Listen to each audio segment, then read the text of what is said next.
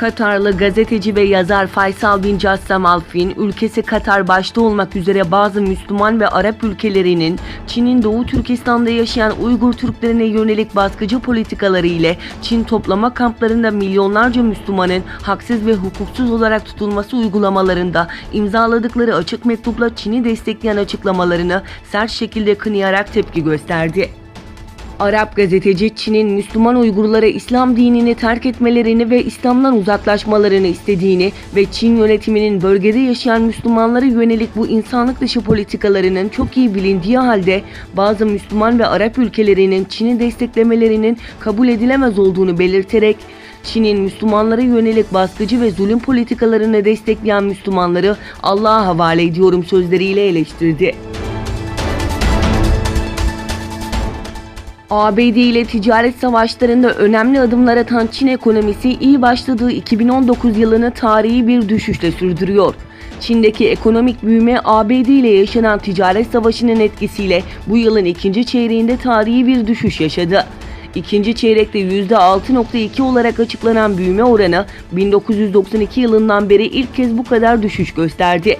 Çin ekonomisini bu yılın ilk çeyreğinde %6.4'lük bir büyüme göstererek sürpriz yapmıştı.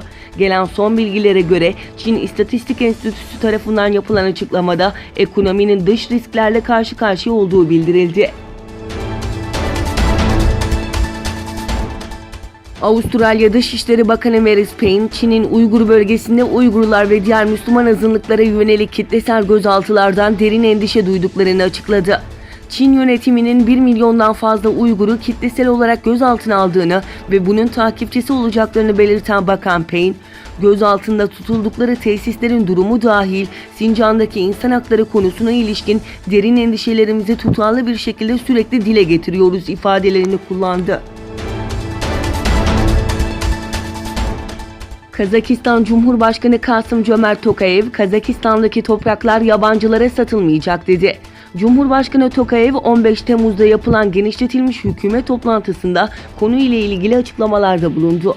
Tokayev, hükümet sürdürülebilir arazi kullanımını izlemeye başladı. Bu çalışma mantıklı bir sonuca varmaktadır. 2021'de toprak kodunun normları üzerine moratoryumun tamamlanması ile ilgili olarak bu konuda son bir karar vermeliyiz. Umarım milletvekilleri ve halk bu konuda konuşacaklardır. Yabancılar için toprak onlara satılmayacak dedi.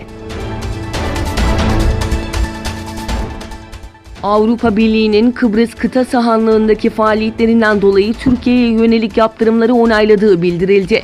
Alman haber ajansının aktardığına göre AB Kıbrıs kıta sahanlığındaki faaliyetlerinden dolayı Türkiye'ye yönelik yaptırımları onayladı. Habere göre AB, Ankara'ya yapılan finansal yardımı kısıtlayacak ve hava taşımacılığı anlaşması ile ilgili görüşmeleri askıya alacak.